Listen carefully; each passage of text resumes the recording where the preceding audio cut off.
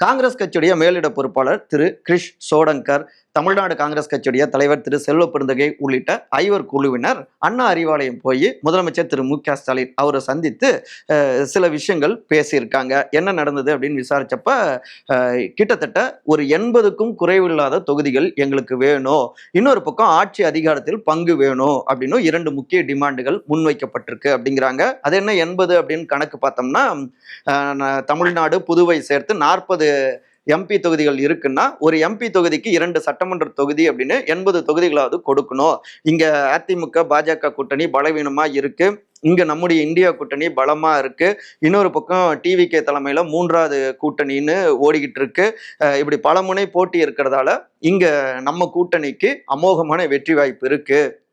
இந்த நேரத்துல காங்கிரஸ் அதிக அளவுல எம்எல்ஏக்களை பெறணும் அப்படின்னு விரும்புறோம்.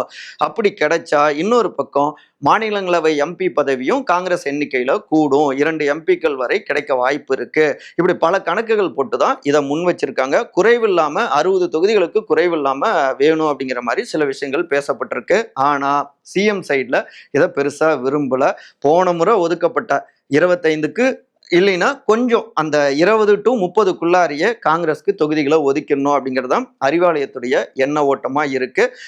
அவங்க விடாப்பிடியா இருந்தாங்கன்னா ஏனைய கூட்டணி கட்சிகளுக்கு நம்ம தொகுதிகளை அதிகமா ஒதுக்கீடு செஞ்சிடலாம், இதுதான் நம்முடைய நிலைப்பாடு என்பதுல திமுக உறுதியா இருக்கு அப்படின்னும் அறிவாலய வட்டாரங்கள்ல இருந்து தகவல்கள் வருது. இப்போதைக்கு கூட்டணி தொகுதி சம்பந்தமாக பின்னாடி பேசிக்கலாம் அப்படின்னு முடிவெடுத்திருக்காங்க அப்படின்னும் தகவல்கள் வருதுங்க.